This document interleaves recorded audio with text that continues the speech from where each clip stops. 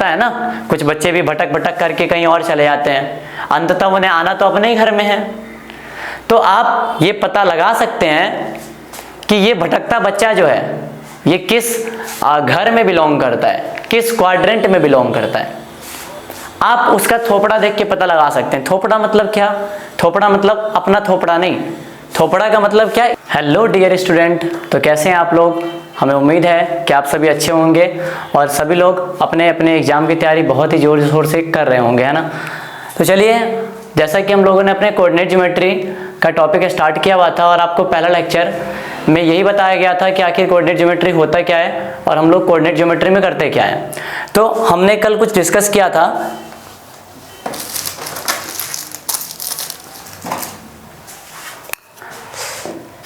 तो हमने जो कल अपना टॉपिक स्टार्ट किया हुआ था कोऑर्डिनेट ज्योमेट्री, कोऑर्डिनेट ज्योमेट्री, तो मेनली हमने कल आप लोगों को बस बेसिक ही बताया था कि कोऑर्डिनेट ज्योमेट्री आखिर है क्या, है ना। और हमने किस किस चीज के बारे में डिस्कस किया था आप लोगों से याद तो होगा ही अगर आपने फर्स्ट लेक्चर देखा है तो। जिस तल में x और y दोनों एक दूसरे को 90 डिग्री पर कट करें, उस तल को, उस प्लेन को हम लोगों ने क्या नाम दिया था? कार्तीय तल, यानी कि कार्टेशियन प्लेन, ठीक है ना। ये था हमारा x अक्ष यानी कि x एक्सिस और ये था हमारा y अक्ष यानी कि y एक्सिस। और हमने कल डिस्कस किया था कि x और y एक दूसरे को 90 डिग्री पर काटती है और जिस बिंदु पर a और x एक्सिस और y एक्सिस एक दूसरे को कट करती है, इस बिंदु को हम लोग क्या नाम दिए थे? मूल बिंदु, है ना। और हमने बताया था कि मूल बिंदु का जो नियामक होता है वो क्या होगा? 0,0। इसके बाद आप लोगों को हमने ये भी बताया था कि x अक्ष का एक और नाम होता है जिसे हम कहते हैं भुज, और ऐसे ही y अक्ष का एक और नाम होता है जिसे हम क्या बोलते हैं? कोटि। x अक्ष को स्टैंडर्ड भाषा में एक और नाम बोला जाता है क्या? क्षैतिज रेखा। क्षैतिज रेखा हम उसे कहते हैं जो धरती के पैरेलल होती है, धरती के समांतर होती है। और y अक्ष का एक और नाम क्या दिया गया था? ऊर्ध्वाधर रेखा, है ना। ऊर्ध्वाधर रेखा, ऊर्ध्वाधर रेखा।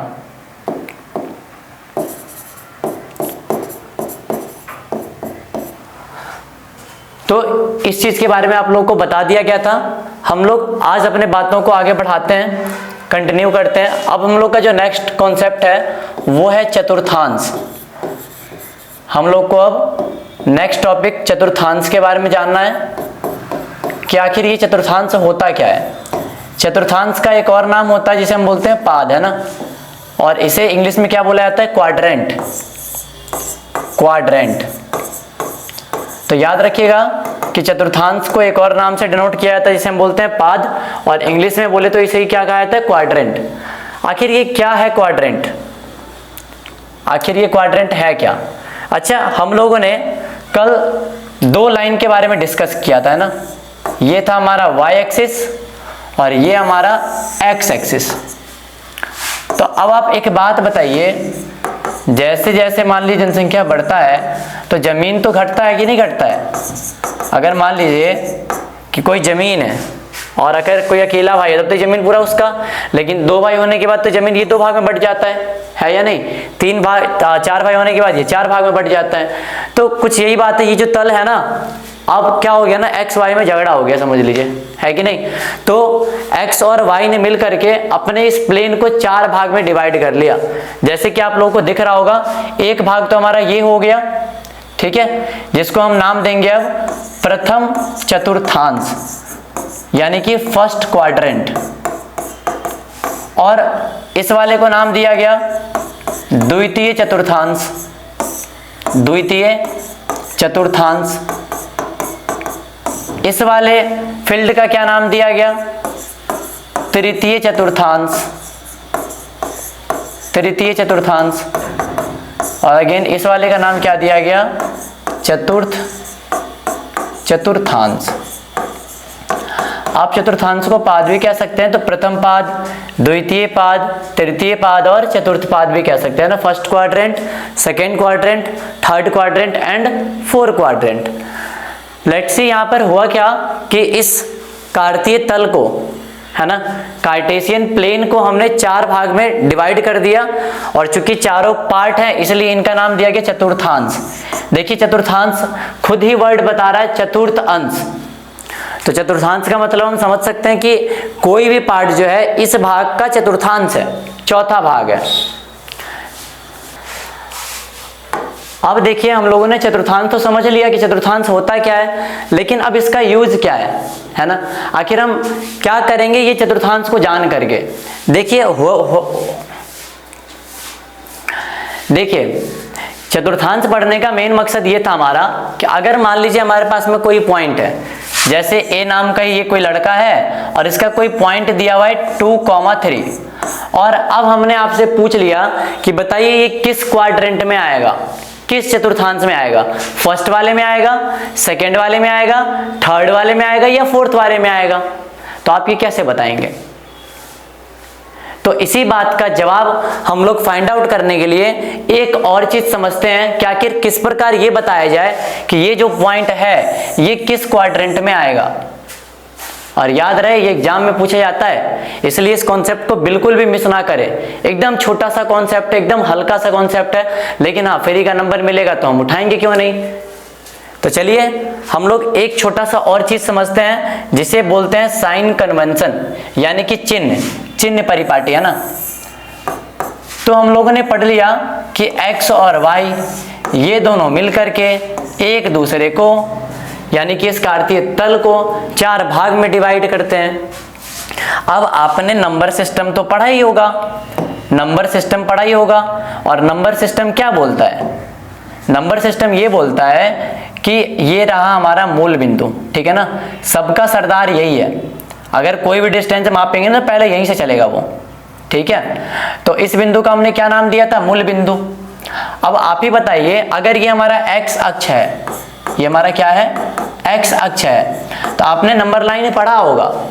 नंबर लाइन में आपने क्या पढ़ा था कि ये तो चलिए 0 होता है, जैसे ही 0 से हम राइट तरफ बढ़ते हैं, राइट की ओर बढ़ते हैं, तो ये नंबर पॉजिटिव में आती है।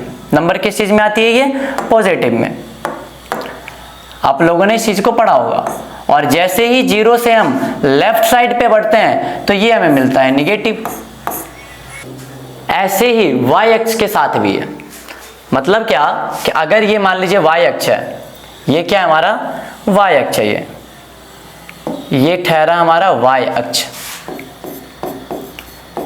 और इस y अक्ष पर, अब इस पे ध्यान देंगे y अक्ष पे, तो जैसे ही हम ऊपर की तरफ बढ़ते हैं तो हमें प्लस का नंबर मिलता है, और जैसे ही हम नीचे की तरफ बढ़ते हैं तो हमें माइनस का नंबर मिलता है y पे। आई होप आपको ये समझ में आया होगा कि साइन कन्वेंशन क्या होता है। x की अगर बात करें तो राइट साइड जाने पर प्लस का x मिलता है, लेफ्ट साइड जाने पर माइनस का x मिलता है। और अगर हम y एक्सिस की बात करें तो ऊपर जाने पर प्लस का y मिलता है, नीचे आने पर माइनस का y मिलता है। तो अब यहां से हुआ क्या, अब आप इस बाउंड्री को देखिए, फर्स्ट क्वाड्रेंट को, ठीक है। अब आप देखिए इस फर्स्ट क्वाड्रेंट को, आपको फर्स्ट क्वाड्रेंट में कुछ खास चीज नजर आएगा। अब ये है ना हमारा फर्स्ट क्वाड्रेंट। अब आप ही बताइए फर्स्ट क्वाड्रेंट में हमको पहले लिखना है x का साइन और फिर लिखना है हमें y का साइन। तो इस क्वाड्रेंट में x ये रहा, y ये रहा। x का साइन क्या है, प्लस है, और y का साइन भी क्या है, प्लस है। यानी कि इस क्वाड्रेंट में जितने भी बिंदुएं आएंगी, ध्यान से सुनिएगा, इस क्वाड्रेंट में जितने भी बिंदुएं आएंगी, भले ही उसका नंबर कुछ भी हो, लेकिन उसका जो साइन होगा x भी प्लस में होगा और y भी प्लस में होगा। तो कहने का मतलब अगर कोई पॉइंट इधर उधर घूम रहा हो और अगर दोनों के पास प्लस का साइन हो, किसका साइन हो, प्लस का साइन हो, तो हम समझ जाएंगे कि ये जो है फर्स्ट क्वाड्रेंट का पॉइंट है जो भटक भटक करके इधर आ गया हुआ है। जैसे होता है ना, कुछ बच्चे भी भटक भटक करके कहीं और चले जाते हैं, अंततः उन्हें आना तो अपने ही घर में है। तो आप ये पता लगा सकते हैं कि ये भटकता बच्चा जो है ये किस घर में बिलोंग करता है, किस क्वाड्रेंट में बिलोंग करता है। आप उसका थोपड़ा देख के पता लगा सकते हैं। थोपड़ा मतलब क्या, थोपड़ा मतलब अपना थोपड़ा नहीं, थोपड़ा का मतलब क्या, इसका ये साइन देख करके, किसी का भी थोपड़ा सामने से दिख जाता है ना, तो वही बात है कि इस पॉइंट का थोपड़ा इसके आगे में दिख जाएगा आपको, ये साइन है ना ये, और इस साइन को देख के हम पता लगा सकते हैं कि ये छोटा मोटा बच्चा जो है, एकदम नन्हा मुन्ना बच्चा, ये आखिर किस क्वाड्रेंट का प्राणी है। ऐसे ही सेकंड का भी जरा गौर फरमाइए, ऐसे ही आप सेकंड को भी गौर फरमाइए।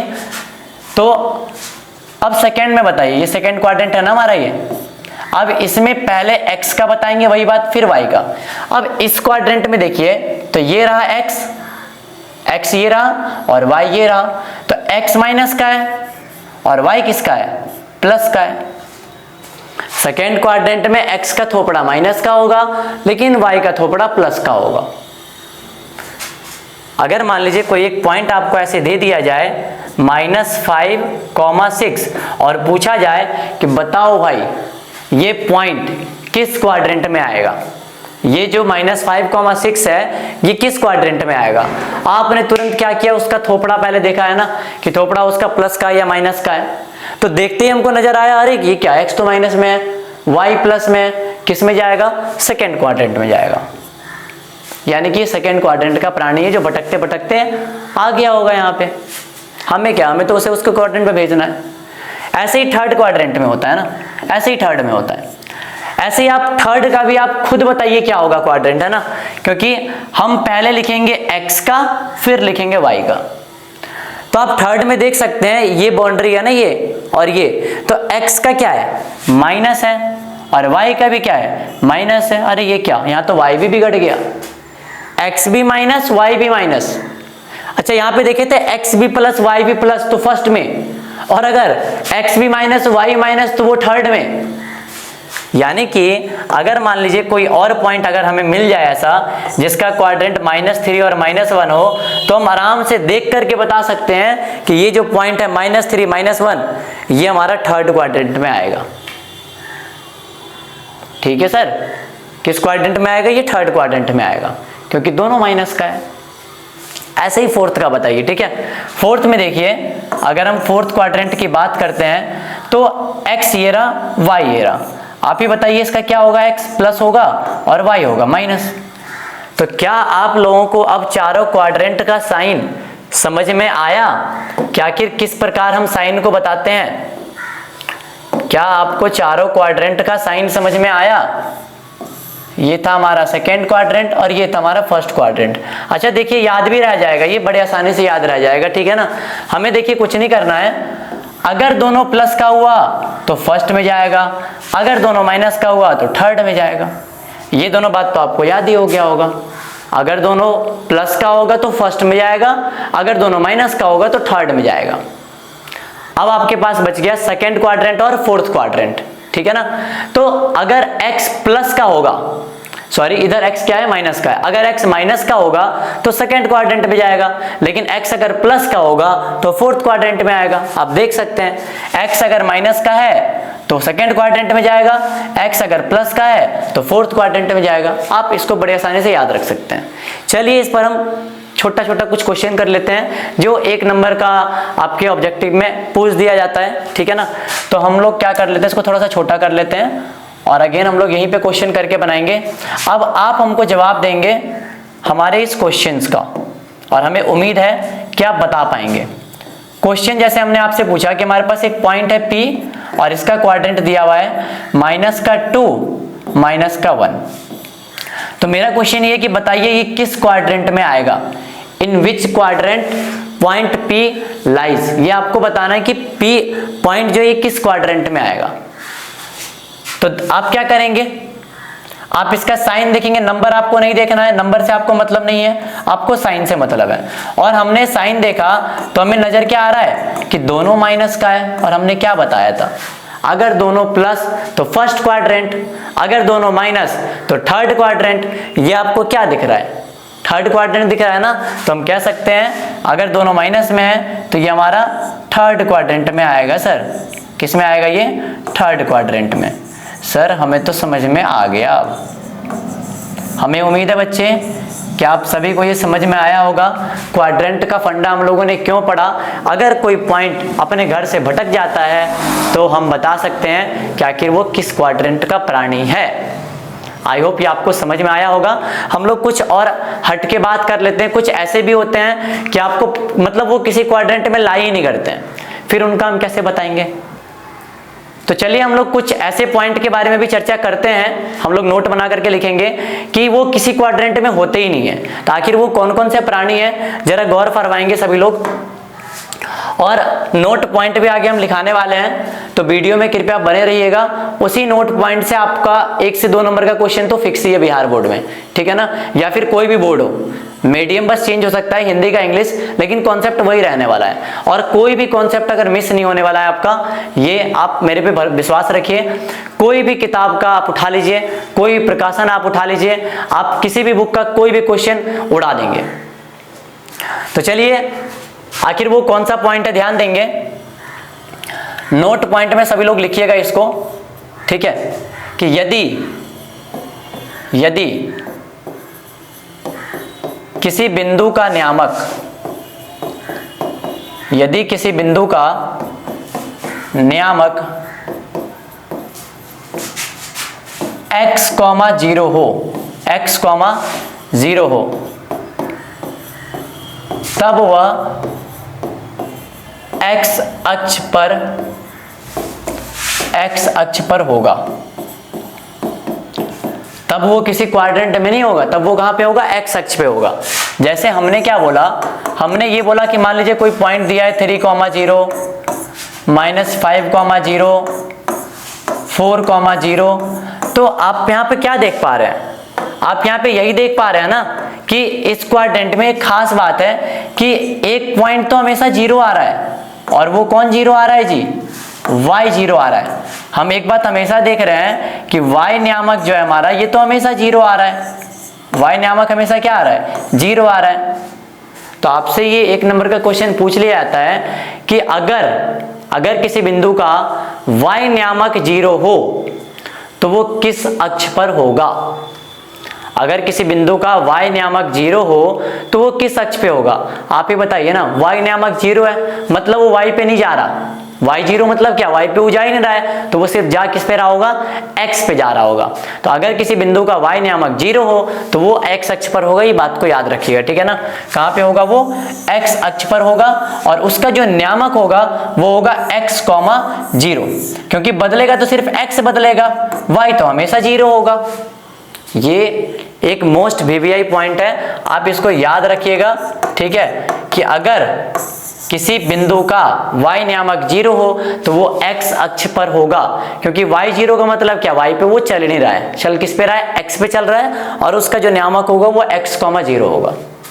चलिए ऐसे ही y अक्ष के लिए भी है। क्या है y अक्ष के लिए? जरा एक बार सभी लोग फिर से गौर फरमाइएगा, और इसे भी वैसा ही वीवीआई पॉइंट में लिखना है ना कि यदि किसी बिंदु का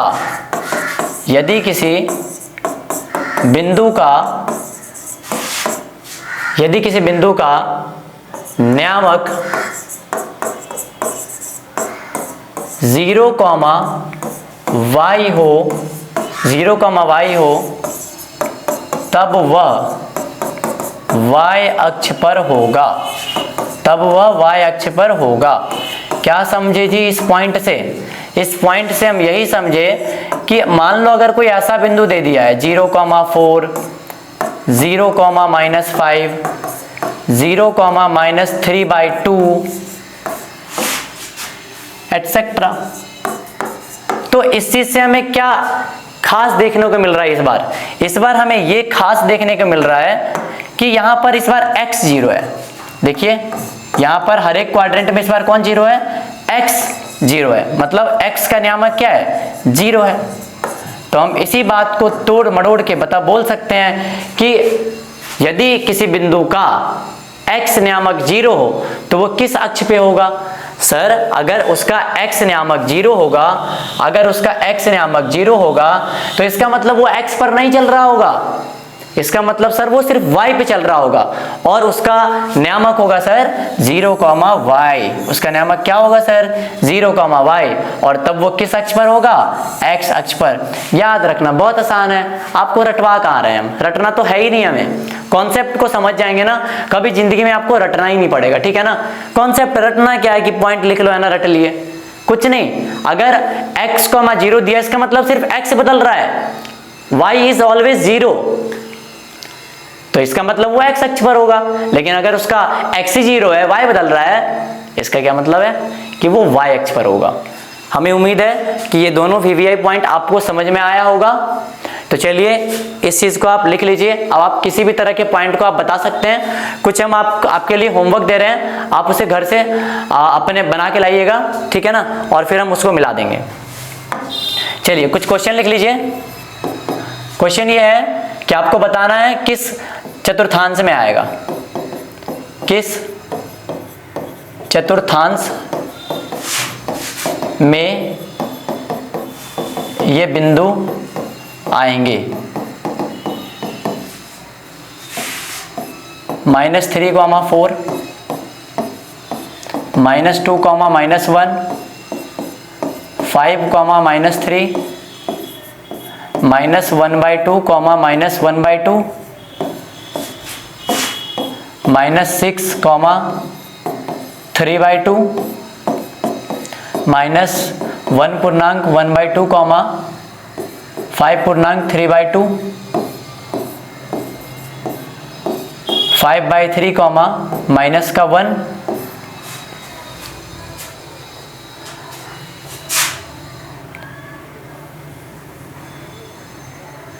अगेन अगला क्वेश्चन है मेरा ये क्वेश्चन नंबर 1 था, ये क्वेश्चन नंबर 2 है। आपको बताना है कि इसका भुज क्या होगा, भुज क्या होगा और कोटि क्या होगा, आपको ये बताना है भुज क्या होगा और कोटि क्या होगा। क्वेश्चन है -5, -5, -3, 0, -1, -3, -1/2। आपको इन सब में भुज और कोटि का मान बताना है, ठीक है। तो चलिए आज के लिए इतना ही काफ़ी, मिलते हैं हम लोग अपने नेक्स्ट लेक्चर में। तो चलिए आज हम अपने लेक्चर को यहीं पे समाप्त करते हैं और कल हम लोग एक अगले नए लेक्चर की तरफ बढ़ेंगे। कल इससे भी खतरनाक कॉन्सेप्ट आने वाला है, इसलिए आप लोग जो है कोई भी वीडियो देखना वो स्टॉप नहीं करेंगे। अगर आप वीडियो के साथ लगातार बने रहते हैं तो हम आपको ये गारंटी देते हैं कि आपके किसी भी टॉपिक से कोई भी क्वेश्चन नहीं रहने वाला है, और बिहार बोर्ड का या फिर CBSE बोर्ड का कोई भी क्वेश्चन आपके चुंगल से वो नहीं बच सकता है। चलिए फिर हम लोग मिलते हैं अपने नेक्स्ट क्लास में। Bye, take care all of you.